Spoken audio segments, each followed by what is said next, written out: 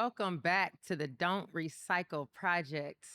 You can see that the set is different. We in a bigger room. It is season 2, episode 1. And I have a very, very, very, very special guest with me today. I have the woman who created me, the woman who gave me life. My mother, Miss Crystal Young, is in the building. Okay. Yay. Thank you for coming all the way to LA to join me. She didn't come to be on the podcast. I just kind of surprised her when she got here and said, you're coming on the podcast because, of course, I had to have a conversation with you about just the trauma and the recycling and the healing. And just I wanted to get a perspective so that those who are watching that come from my generation could understand, because I think there's a disconnect between your generation and a lot of us. I think we're kind of, we have a luxury of having so many resources now, from Instagram to just so many resources. Therapy is so normal. The things we talk about, everybody's healing, everybody's, we're talking about things. And I don't think you guys have that luxury or the accessibility to different things like we do. So I just wanted to bring you on so that you could speak for yourself, speak from your generation's perspective, and let us know, what was it like to raise kids in the 80s and the 90s? What was it like? I feel like it was so much more simple back then, but I'll let you give us a little bit about how that was. Well, thank you. First, I would like to say it is a surprise to be on the show, but with great pleasure, and I'm always willing to share, knowledge, pass it on. I think that's what the benefit of just being a parent, a grandparent, able to pass down something valuable that I've learned, and to kind of open it up. It is first of all, I do understand that generations, we all have our own experiences to bring to life and to share those, and I understand the show Don't Recycle, so we do want to pass on good things and not just traumatic. So I'm glad to be here and, just willing to share what I can. And if it's to help someone, then that's what it's all about. Well, let's get into it. Let's get into it. I just feel like, you guys raised us in the church. We was in church on Sunday. We was in church on Wednesday. We was in church about at least 3 days a week. And I just feel like, I'm not sure about any other cultures, but I know in the Black family, in the Black culture, like church was like our therapy at that time. Do you feel like with that, church took away from like things actually being talked about or handled outside of the church, like mental health? Do you feel like church was kind of like this place that it's like, we just go, let's pray about it, and that's how it was handled? Well, I would say my perspective, and it certainly, doesn't have to be gospel, but from my upbringing, you want to say that your experiences in church were 2 or 3 days a week. So granted, ours was probably 5 or 6 days a week. Just so you know. Yeah. So it was more, and I'm sure it was not just a place to pray. It was definitely a social outlet. It was a place where families raised children together. I can remember my babysitter at 5 years old. She went to the church. Okay. So how did my parents, connect with her? Yeah. Okay. It was a gathering, like I said, outside of just praying. It was a community and a network and a village. Some of us were neighbors. So,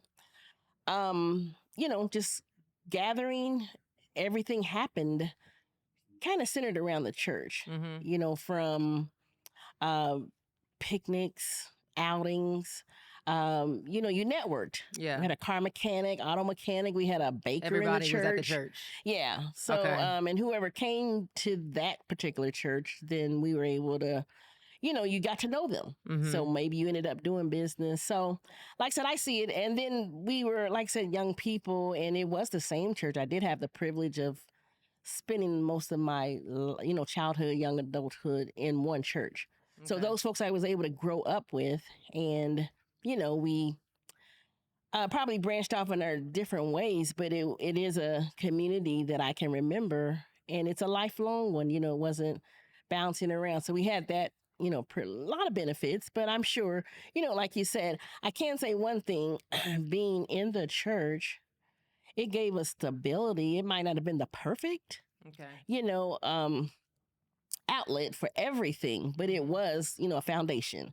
And it was something that you could, if you needed help or you needed a friend, you at least could rely on those folks a little more. They're more reliable, but It not was to like a say that. built-in community and like safe haven in a sense. Yeah. Okay. Not to say that there was, no faults or flaws, because they were just people. I just feel like a lot of my generation, and I speak to a lot of my friends like who are around my age, and like we grew up in that environment, and a lot of us have now like left the church, not so much in a we hate church or don't believe in God, but a lot of us are more spiritual, and we've went beyond the church to say, okay, what more can we do to help ourselves, or what other resources? And I think sometimes the church shames that, because it's like, come to church, read the Bible, that's all you need. And it's like, there's meditation, there's therapy, there's eating healthy, there's fitness, there's so many things that I just feel like the church, growing up in that environment did not equip us for.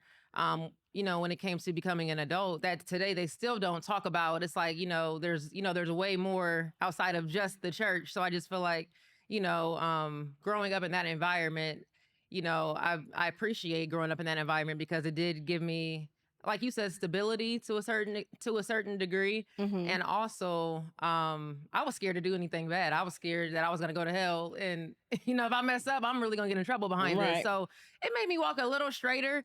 But at the same time, you still have to grow up. You still have to see the world for what it actually is. That's so it's true. kind of sheltering in a sense at the same time. So now that I am an adult, I get to see the world and also see that things aren't so scary. And just because someone is different doesn't make them wrong or a bad person. Whatever religion, if you're atheist, it's really about finding the common ground, you know what I mean, with other people. But yeah, moving on. We're not going to make this all about church, because we have so much more than just that. But as far as raising kids, I know you and Dad, we were talking earlier as far as like the rule book, because I think when you're a kid looking at your parents, you think that they have it all figured out. Right. So that left me, when I got older, kind of resentful. Like, you guys should have done it this way, should have been that way. You were wrong. But it's like, wow, when you step back and realize now that I'm a parent, Right. and I see how I'm still figuring it out every day, it makes me have to go back and give you guys grace, because I'm like, man, going back to the resources we have today, you guys didn't even have internet, Right. social media where you could compare stories, compare journeys with other people. Like, this is what I'm going through. So it's like, wow, I have to like commend you guys for that, because it's not easy figuring it out every day as you go with kids in the picture, Mhm. trying to still figure yourself out. I'm 35 right now. So I think I remember you being 35 or Dad being 35. And I'm like, wow, they're old. They got it. You know what I mean? I thought you guys were like grown, but I feel like I'm 21. I still Okay. feel like I'm young and vibrant. So it's like 35, you're still growing up. You know what I mean? In a Right. sense. So like, what could you add to that? Like, do you feel like, when you thinking back to my age, do you feel like you were just literally like just trying to figure it out still?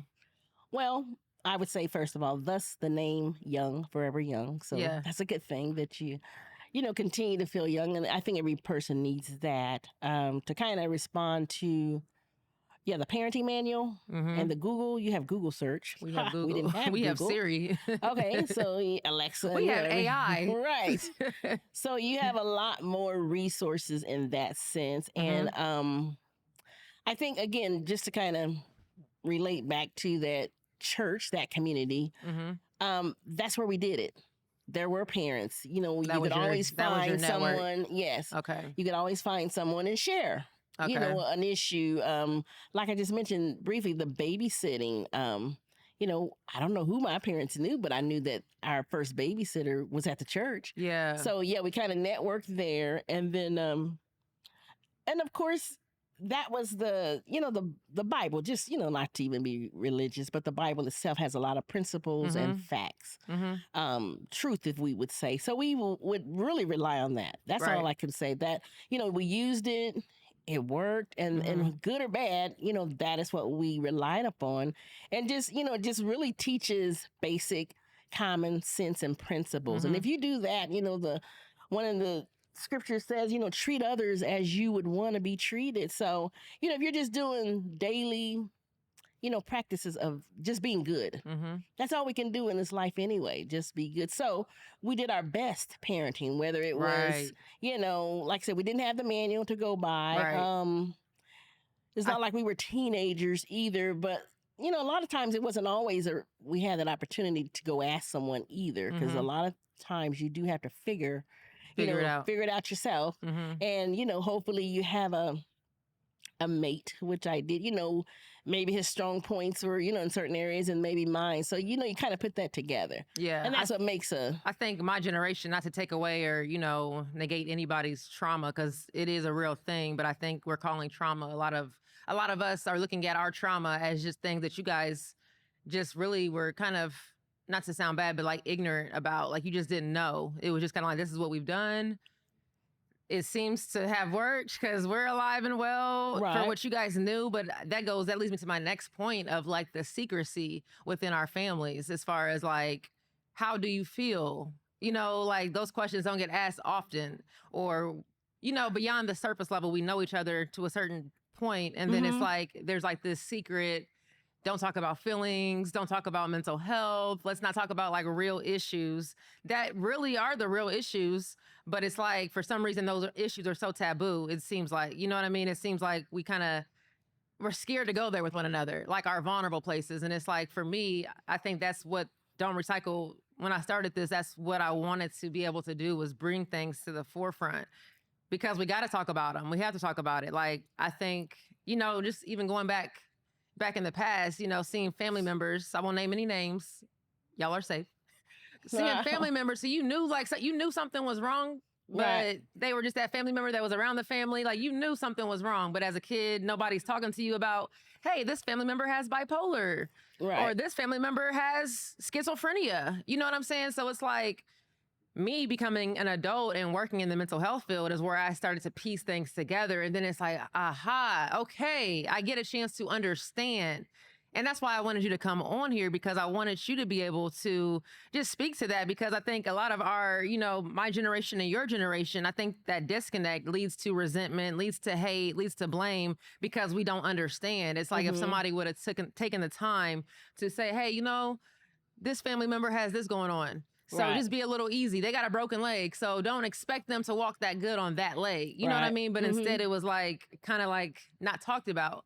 So it creates this expectant, like you expect them to be able to do certain things and treat you a certain way, Mhm. but then they don't. And now you're angry at them because you never knew they had an issue in the first place. You know what I Right. mean? So that secrecy is kind of what I would like to disrupt. That's like my goal. Like, it's not about throwing anybody under the bus. It's not about blaming, you're so wrong, you did this to me, but just being able to have a space to talk about it, because I might have the same, if it's in my genetics, I might need to know, because I might have to know what I have to face in the future, or what I need to look out for. You know what I mean? Like, what I'm more prone to. Like, you're more prone to depression in this way, or whatever. So, So I would just kind of respond that, first of all, you have an advantage mm-hmm. over a lot of people. You are a psych nurse. Yeah. So your thinking is already on another level. And I think, as you're living an adult life, Mm-hmm.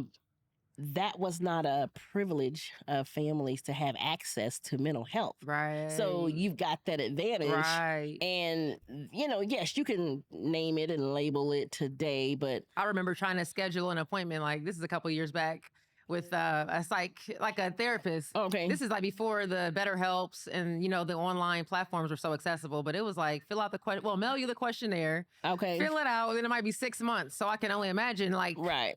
just the Yeah, access, that like you're was talking not- about. Yes, and in the community where I grew up, the preacher again was Mhm. that therapist. That was a therapist. He was Yeah. everybody. He It was the was. He wore community. all the hats, and then unless you had a seasoned missionary in the church, that would be like a woman to woman Mm-hmm. kind of thing. But again, I think a lot of undiagnosed Mm-hmm. conditions, that's just what happened. And that's not just where I grew up, that's everywhere. Right. We just did not have that access and that privilege. Mm-hmm. And then you're talking about affordability. Can I, Right. if I do think something's wrong with a Mhm. relative, Mm-hmm. what are you going to do for them? Do they have insurance? Right. Right. So you're coming into adulthood, going to nursing school. Of course, you have a more vivid picture. And just a bit bigger understanding than a lot of Yes, people might. and you've got the definitions. You probably can look at a person, and we all can now because experience teaches us all. But you can look and see, okay, well, maybe you need to get, some meds, what have you. But I would venture to say, it is about understanding, communicating. I think there's a few key things for any family relationship that it is understanding one another. So when you understand this person needs, help. But if you don't talk about it, you can't understand. You know what I mean? That talking about things is like, even if you're not diagnosed, I just feel like it's important that family is like, listen. But you do need, and I would have to disagree, because you do need the skill. Okay. Everybody is not equipped to communicate, to share their feelings. That's what therapy is. Right. Is unraveling.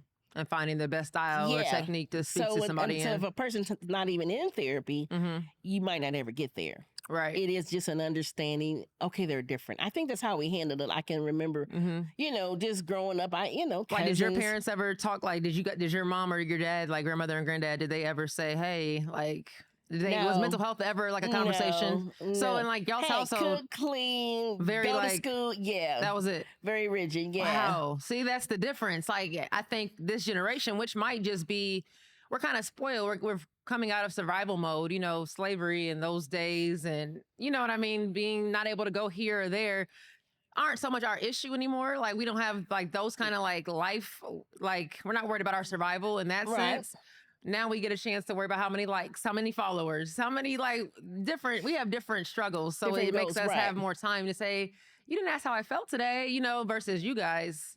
It was just like, did you eat? You had a clean bed, right? Right. You know you're loved, right? So, I can remember one incident. Excuse me. We were so independent and learned to grow as children. That was taught to us. I don't think my parents were hardcore, but to look back, my dad worked every day, mom worked some, but I can remember being a young child and I was 6 going ready to school, and she's like, Crystal, you need to take care of your hair. You need to get yourself up and get ready. And I'm like, take care of my... Yeah, I was very young. And it I was had like five other sisters. Like you're grown. You're old enough now. Not grown, but yeah, like you you're need old to enough do to this. do this now. Yeah, you need to learn to do this. But she had what, seven? Yeah. 7 kids. Yes.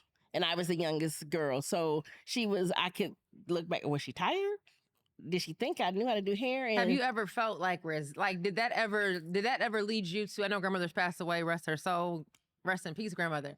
But did you ever feel like any like resentment as you were growing into a woman? Like, man, like my mom didn't take time to teach me these things that I feel like a mother or my mother, you know what I mean? Do you feel like you ever had any of those feelings? I can't say that. I just thought, now that I look back, it was tough love. It's like, get up and do, because I figured it out. Yeah. I didn't stay stuck. Okay. It might have been, if you want to use the word trauma a little bit, because I really sat there and I'm like, well, what does she want me to do? Right. So I do remember going to my other sisters and asking for help. Yeah. So I did figure it out. And I think that was an early life lesson. Okay. She would, tend to me sometimes, but daily, no, she like, use your hands, And then you had older sisters who kind of would obviously help out. Sometimes chime in. Yeah, they definitely picked up, the slack being a younger sister, but I can't remember every day how I got through it, but I got through it. But yeah, just going back to like, I feel like it's kind of a space of I have made, let me speak for myself. I have made it to the point in my journey, because there was definitely levels and phases. The resentment, and it's y'all's fault on why I'm not this and why I had to make this decision. And it's y'all's fault because I wasn't, I was in the victim seat for a long time. And then, that led to just, having to do the work and having to go within and ask myself, like, just really being empathetic and seeing it from y'all's side and going back to y'all really didn't have all the answers. I think kind of taking you guys down a few notches, not in a respect level type of way, but more of what I expected you guys to know or what I thought it should have been versus what it was.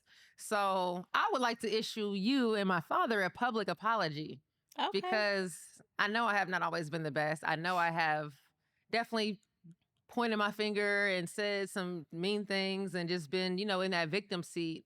But, as I've been doing my own work and really just stepping outside of myself and looking at the big picture and also being a mother, having my own convictions, it's like you guys really just didn't know. I really just didn't fully know.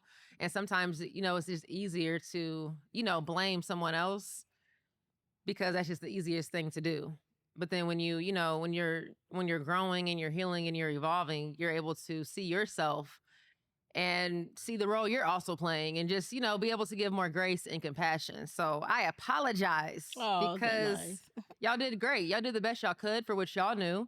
And I'm great. It turned out great. And I just think that that's what it's about. I think that it's not about having the perfect, there's never going to be a perfect, but I just think that, there is a certain standard. I'm not going to just give everyone a pass and say they just didn't know, because there are some parents who's like, you do know and you're choosing not to do better. Right. But, I feel like for the experience that I had, I feel like you guys, the only resources you had were the church.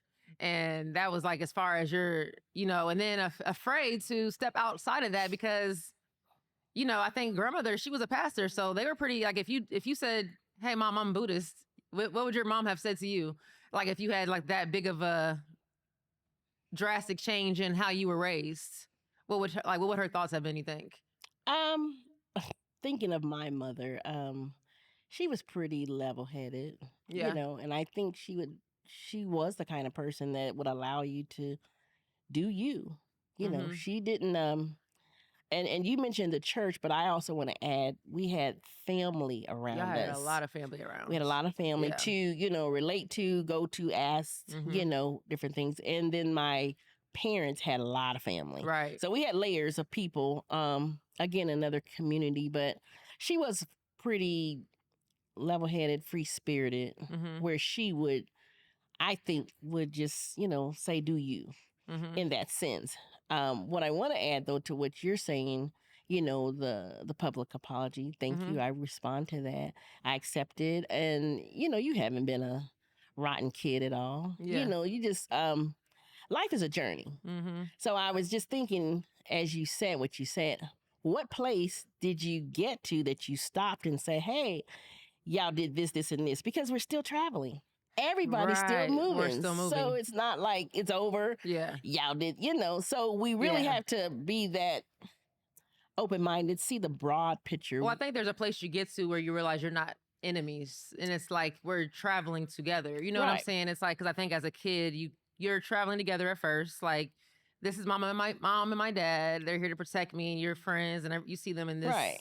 You see like they could do no wrong, and then there's a point where you feel disappointed because you thought they should have done this or done that. So then you kind of starts to turn against them, and now you're bumping heads. You're not. And I think that might be And that's normal as a coming into teenager.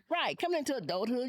Yeah. Everyone should develop But an this is opinion. beyond adulthood. This is me being an adult, whatever Right. that means. But really just feeling like, I can't do this because my mom and dad didn't talk to me about that. Like, I don't know anything about sex or this or that or sexuality. We didn't talk about those kind of things in my home. You know what I'm saying? So just feeling like you're not equipped fully, but it's like, Well, I think those are those classes you skipped in high school.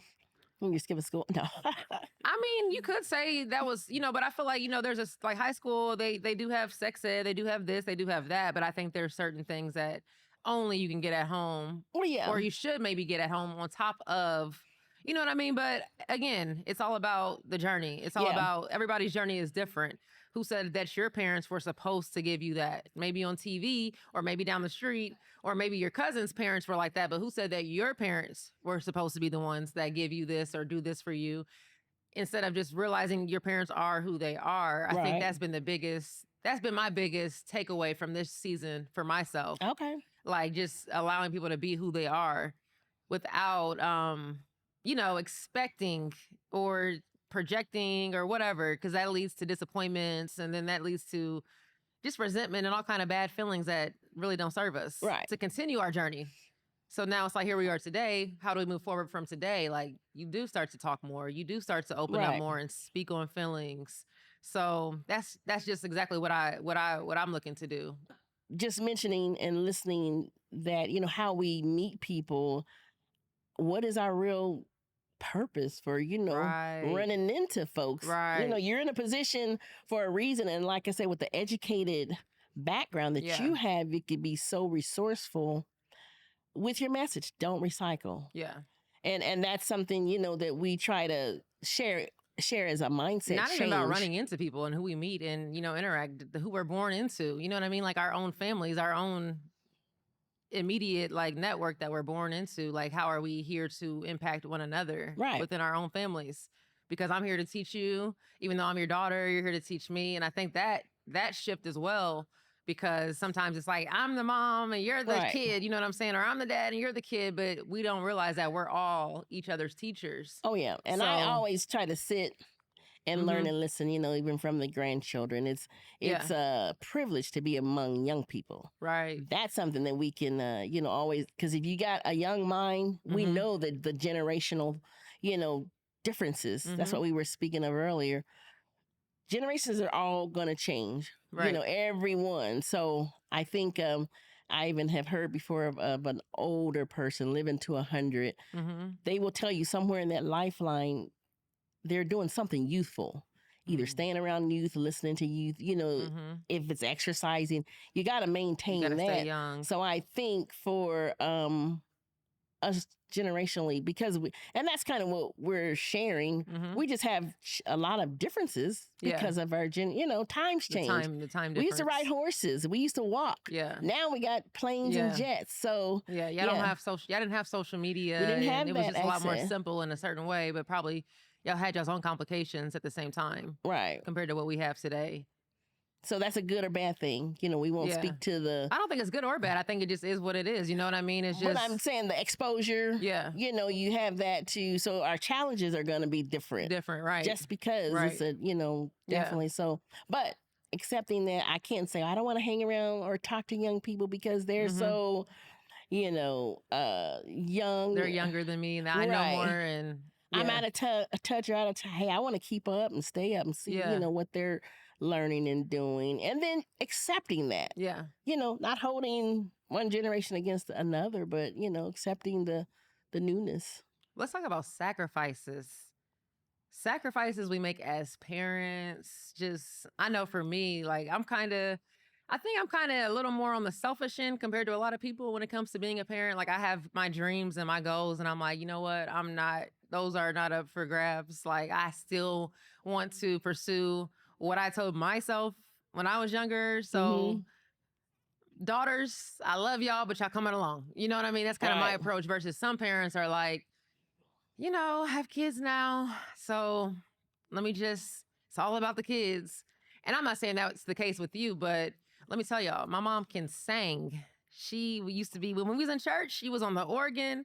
She still is on the organ back home, leading the choir, doing the A and B selection. This was my mother. So I know you had moved to Oakland to pursue a singing career. And then you met Dad.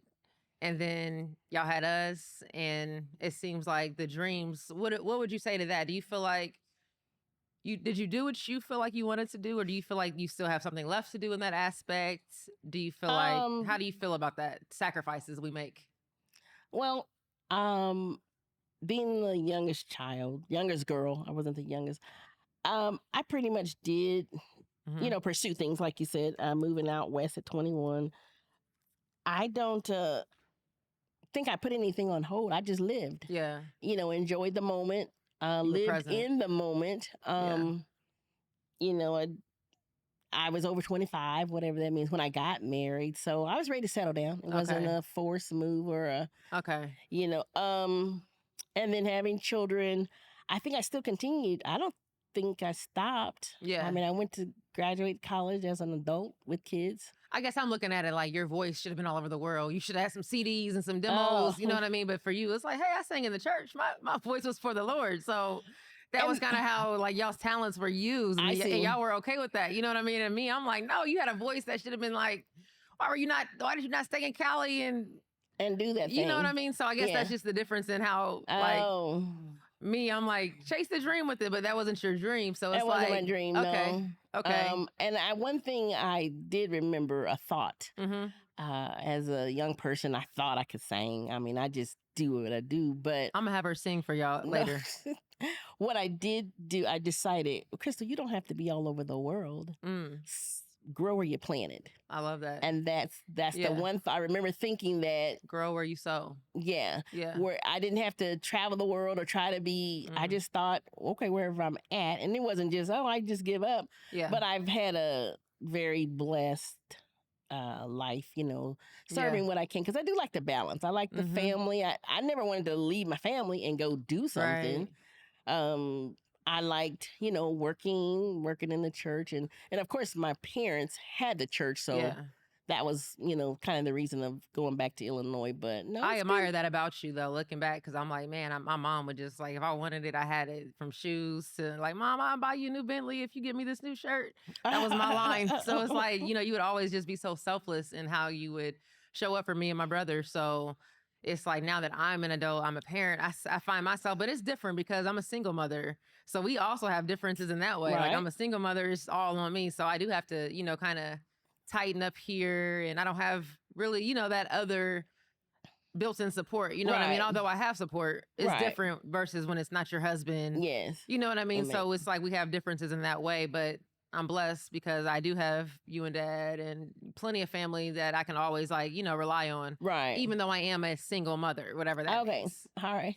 Yeah. And that's good. I mean, I shared with you earlier too, just being in your environment. Yeah. It's just refreshing. Yeah. I can't think of you know, it makes me think of younger days because you got so much life and spirit. Yeah. And so just, no, hanging out, shopping, whatever we're doing, eating, it's just like, okay, this is cool because, you know, home is different. You know, it is more slow pace. Right. Yeah. Definitely slower. But the fact that you're doing your thing, keep doing it. Yeah. You know, keep thriving, keep rising, because sometimes we might look, I don't know, at others, or we might think we're not doing what we're supposed to do, but it looks like you're, you know, in that space, and you just need to, you know, keep honing that. Yeah. Yeah. That's big to hear that from you, because, you know, I feel like I would call myself the black sheep growing up, as far as like how I was raised. It was two of y'all though. Kind of going left, you know, as far as like, not even so much between me and my brother, just as far as like the town I was raised in, and just what is expected from you there, and really having to go left, a hard left sometimes, to fight for, like, no, I see bigger for myself. I see more for myself. Right. And even sometimes I know I scared you and Dad the crap out of y'all, even moving out here. Like, me and the girls are moving to LA. Right. I don't know, like, what to tell y'all, but we're out, you know, and you know, when I'm set on something, it's going to happen. So even those moments, though, even though they're scary, it's like, it does feel good to see it all, like, come together. And it's like, I just feel like, you know, moments like that are how we continue to evolve and not revolve, not do the same thing over and over because it's safe or it's comfortable. But somebody has to be the one that, like, let's, you know, like, let me show us that we can chase our dreams. And it's okay to, you know, it's okay to have the small town family life. But just know that you're also worthy of being in LA in the big lights, if that's what you want as well. Right. You know what I mean? So that's what I think I'm proving that point to myself and also my daughters. That's what I'm trying to recycle in their mind, that you can dream, and your dreams are valid, and your dreams are touchable, and you are whoever you see yourself as. You know, and even in a small town, I feel like you've always been like a big dreamer. You had the newsletter, you and Dad had the food truck. We had so many. Y'all, you had the hair shop, the store. You know, I feel like our family has always had a lot of, you know, ideas that we've acted on. Dad's currently writing a book right now, so I just really commend all of us for that, because in a small town where we're from, it's just, you know, it's easy to settle in and feel like this is what it is. Right, and I think, you know, as you're mentioning, who's who. I think of a very positive thing that must have happened in our family, and it was if that gave you that recycled to be able to dream, because you know, as you know, you and your brother, you guys are, you know, reaching the sky and just going forward. And I think that, you know, we had to have something to do with that. And that's a good thing. Yeah. Because somewhere we showed you no fear. No fear. Somewhere we showed you, walk even out if you your do have own. fear, it's not about having no fear. It's about having fear but doing it anyway. Exactly. That's what I feel like. Yeah. Because I'm afraid. I get afraid a lot, but it's like, am I going to let that win, or am I going to go beyond but that? just going forward. Yeah. Because I love that. He's doing some big things in Illinois, and I mean, it's like the sky's the limit. Yeah. So, just kind of the fact that I know it's kind of like the parents, the grandparents pave that pathway. And that's what I mean about the sacrifices. I feel like it's all like it's like you're laying down something for me to, and I'm doing the same thing for, the next generation, even though I feel like I'm doing a lot. It's only so they can do more. Yes, you know what I mean? It's like we're all in this to. And we may not pay attention to that really, but that's the silent messages. Right. There are some, silent, you see your parents somewhere studying or working hard. I can remember as a child, I used to watch my dad work 2 jobs. We had the big family, and one afforded my mom to stay home for all the kids. 2, and she worked if she wanted to work. But the subliminal message was, wow, he works hard. Yeah. I would get up at 3:30. I felt sorry for him, and I was probably 10, 12, because he would get up so early in the morning, and I would get up and help fix the lunch. At how old were you? I had to been like 10 or 12. And for some reason, I'd seen that in him. It's and I'm child like, abuse. No, he didn't ask me. If I see, one reason I was a daddy's girl. Yeah. But the second reason, if he left out early in the morning, I wouldn't see him till night. Wow. So that was like y'all's bonding time, like a bonding moment. And he was thankful, he had help getting the lunch. And I can't even tell you why I did it but I remember instinctively. Yeah. Wow. I remember he would work hard and I wouldn't see him. And as I got older, he would take me to his second job. We'd help clean up. He was like cleaning the post office or something. But so those unspoken things, he never said a word. Here's what you need to do. He just did it. And it was something that I watched and, as an adult, took on some of those same habits and things. What do you think about, because I know therapy is like a new age. We talked a little bit about it earlier. What do you think about families doing therapy? Do you think like families should? Do you feel like therapy is needed, essential in families? Or is it like an individual thing that people should approach? Or do you think a lot of families should circle back to the idea of because things might have got overlooked and misconstrued, even though through the evolution, it's definitely, things are definitely evolving, but like we're going back to the point of just the misunderstandings. Should things be laid out like, no, this is not how that was meant. This is what was really going on, because I know there's always another side. It might have looked like this, but this is what it really was. You just didn't know about that because we protected you from that, or you know what I mean? Like, do you feel like therapy is essential? That's what I wanted to ask. Long story short, I think it would definitely be individual. Yeah. Family by family. You cannot sit people in a room if they're not willing to open up, and work through things. So it's definitely individual. Case by case. Yeah.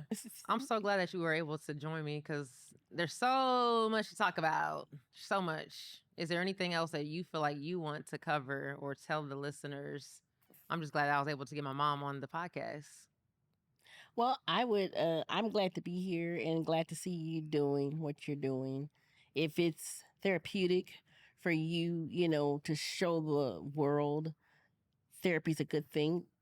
Yeah. That's good, because it's definitely helpful in a lot of spaces. Yeah. And as I was saying before, it is an individual case by case. So but if that's something that you promote, I respect that. I'm not so much like, I feel like there is no one size fits all when it comes to healing, or I won't even say, I think healing is just about gaining perspective.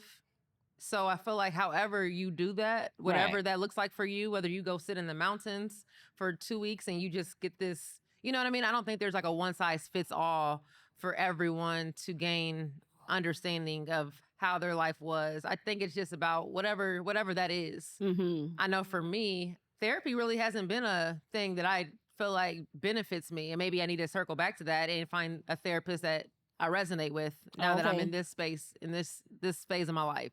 But for me, I spent, I feel like my moments alone and just, reading, doing a lot of reading and, podcasts, meditation, spending time in nature, those things really get me back rejuvenated, and just gratitude, looking around at my life and saying, wow, how can I look back with so much, resentment or remorse about anything when life is amazing. And that's anywhere that I'm at in my life, not because I live here or I'm doing this. It's because I have breath in my lungs. It's because my kids Right. are healthy. It's Right. because it's just because, you know what I mean? So really getting that and taking away the audacity of, yeah, I have breath in my lungs, God, but I should have this too. You know what I'm saying? Like, just realizing that just having breath and the fact that your heart beats is a gift.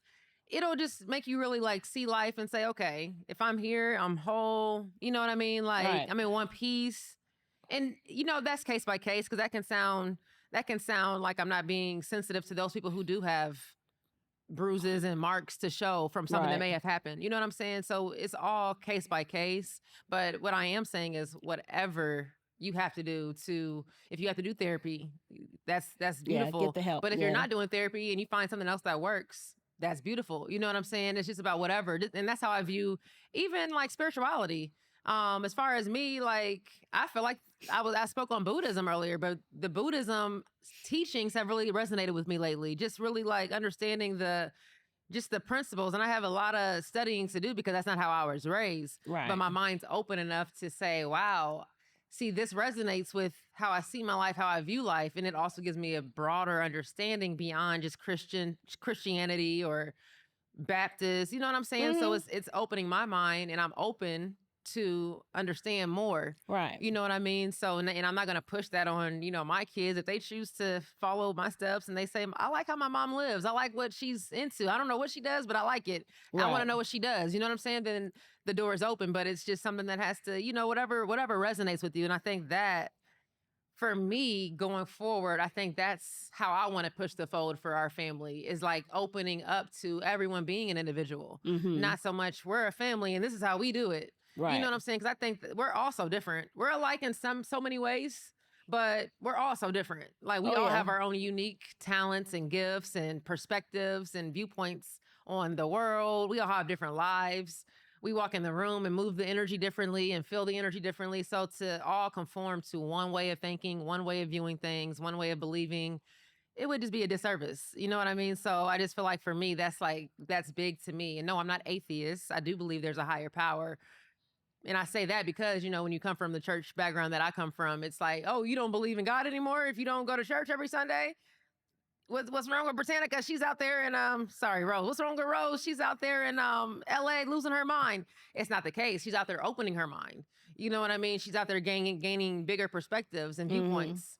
And hopefully I can maybe teach other family members about, hey, y'all, I went further into the mountain and got some more knowledge for us. You know what I'm saying? On how we can have a healthier overall lifestyle, from the way we eat to the way we think to the way Right. we, just view the world and view ourselves, and even look at healing and just the changes that we all can make. You know what I'm Hmm. saying? So just to go back to your point of, it's therapy, I think that whatever you have to do for you, Right. and only you Do really know something. that. You'll know when you know. You know what I'm saying? Right. Like, you'll know when it's for you, what works and what doesn't. And if it doesn't, and I think that you know, just growing up one type of way, you can feel like something's wrong, or like, if it's just not resonating with you. But it's Feel like, like you're missing out. nothing's wrong with you. Yeah. It's okay if you're being raised in a certain environment and you're in a religious home or you're in a non-religious home.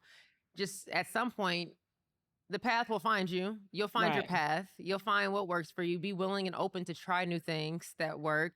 Breath work, meditation. Don't be afraid. You're not going to go to hell for asking questions. You're not going to go to hell for asking the creator who created you, why was I created? How was I created? How does this vehicle function? What should I, like what, Where's like the manual? we're Hmm. entitled to those answers. And I think that was like something that I had to get over. I was scared to ask questions. I see. Like, I'm scared to ask, like, don't question God, because that was like the main thing. Like, when you grow up, religious. Hmm. If I ask grandmother, why was I, you know what I mean? Don't ask questions. And me being as inquisitive as I am, that wasn't gonna, obviously when I got older, I'm gonna ask some questions. I'm gonna find Right. out. I'm gonna go get the answers. So yeah, I think there's definitely millions of ways that I don't even know about yet. Oh It's yeah. all about just being open open to learning and receiving. So I'm so glad that I had you on here. Okay. Well, glad to be here. Yes, we can wrap it up. We can wrap it up. I want to say thank you guys for tuning in to the Don't Recycle Project. I just pray that this conversation evoked emotion, which will lead to conversations within your own families, within your own homes, which will lead to healing and transformation. Thank you guys for tuning in. We got big things in the work. Please follow us on IG at Don't Recycle Projects. Recycle your trash, not your trauma. It's been real. I am Pink Rose. Till next time.